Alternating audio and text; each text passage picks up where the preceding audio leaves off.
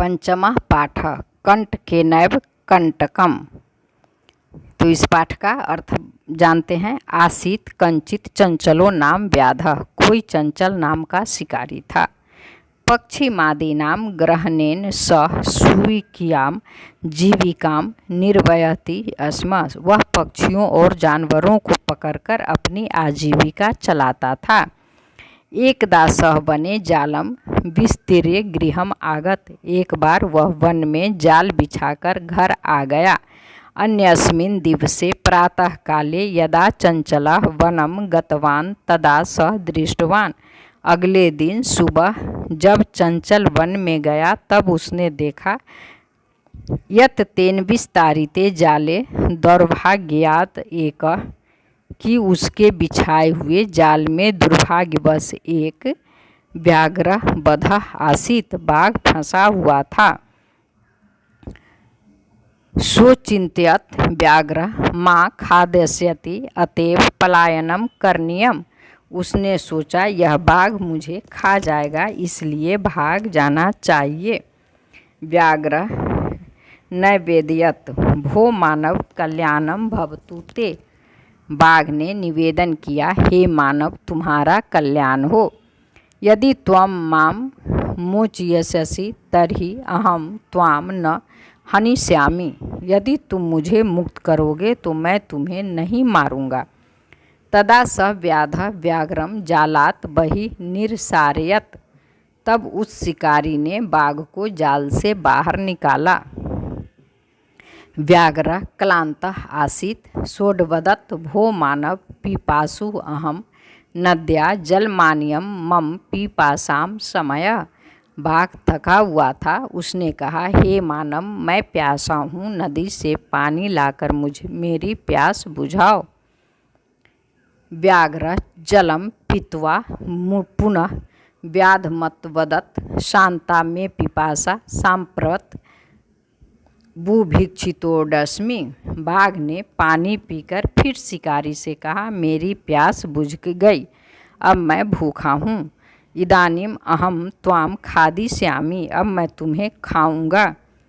चंचलः उक्तवान अहम त्वत्कृते धर्मम आचरितवान त्वया मिथ्या भणितं त्वं मां खादितुम इच्छसि।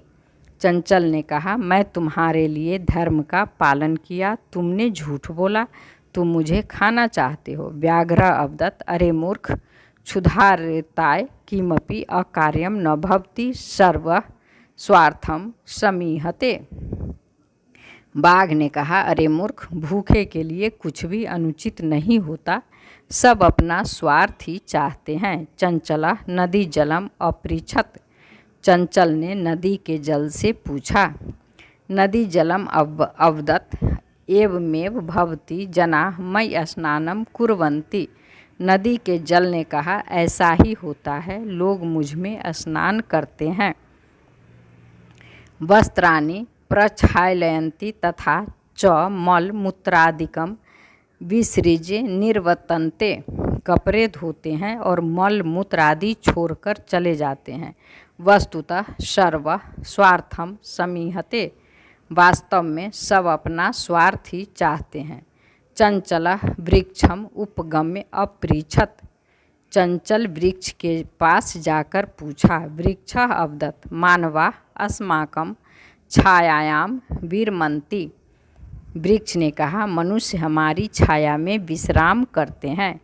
अस्माकं फलानि खादन्ति पुनः कुठारः प्रहृत्य अस्मभ्यं सर्वदा कष्टम ददाति। हमारे फल खाते हैं, फिर कुल्हाड़ी से प्रहार करके हमें हमेशा कष्ट देते हैं।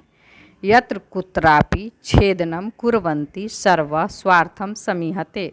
जहाँ तहाँ काटते हैं, सब अपना स्वार्थ ही चाहते हैं। समीपे एका लोमशिका बदरी गुल्मानां पृष्ठे नीलिना एतां वार्तां शृणोति स्म। पास में एक लोमड़ी बेर की झाड़ियों के पीछे छिपी हुई यह बात सुन रही थी। सा चंचल मुपसृत्य कथयति का वार्ता। वह अचानक चंचल के पास आकर बोली, क्या बात है? माम्पि विज्ञापय, मुझे भी बताओ।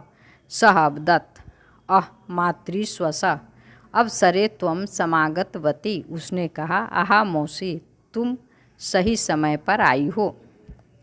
मया अस्य व्याघ्रस्य प्राणा रक्षिता परम एषः मामेव खादितुम इच्छति। मैंने इस बाघ के प्राणों की रक्षा की, परंतु यह मुझे ही खाना चाहता है। तदंतरम सः लोमशिकाय निखिलाम कथाम नैवेदयत, उसके बाद उसने लोमड़ी को पूरी कहानी बताई। लोमशिका चंचलम अकथयत बाढ़म त्वम जालम प्रसारय, लोमड़ी ने चंचल से कहा, ठीक है, तुम जाल बिछाओ। पुनः सा व्याघ्रम अवदत्, केन प्रकारेण त्वम एतस्मिन् जालबद्धः इति अहम प्रत्यक्षेण द्रष्टुम इच्छामि। फिर उसने बाघ से कहा, तुम किस प्रकार इस जाल में फंसे, यह मैं प्रत्यक्ष देखना चाहती हूँ। व्याघ्र तद वृत्तान्तं प्रदर्शितुं तस्मिन् जाले प्राविशत, बाघ उस घटना को दिखाने के लिए उस जाल में प्रवेश कर गया। लोमशिका पुनः अकथयत, सम्प्रति पुनः पुनः कूर्दनं कृत्वा दर्शय, लोमड़ी ने फिर कहा, अब बार बार कूदकर दिखाओ। सदा तथैव समाचरत, उसने वैसे ही किया। अनारतं कूर्दनेन सः श्रान्तः अभवत्, लगातार कूदने से वह थक गया। जाले बद्धः सः व्याघ्रः क्लान्तः सन् निःसहायो भूत्वा तत्र अपतत् प्राणभिक्षामेव च अयाचत, जाल में फंसा हुआ वह बाघ थककर बेसहारा होकर वहीं गिर गया और मानो प्राणों की भीख मांगने लगा। लोमशिका व्याघ्रम अवदत्, सत्यम त्वया भणितम, लोमड़ी ने बाघ से कहा, तुमने सच कहा था। सर्व स्वार्थम समीहते, सब अपना स्वार्थ ही चाहते हैं। धन्यवाद। फिर मिलेंगे इस चैप्टर के प्रश्न उत्तर के साथ।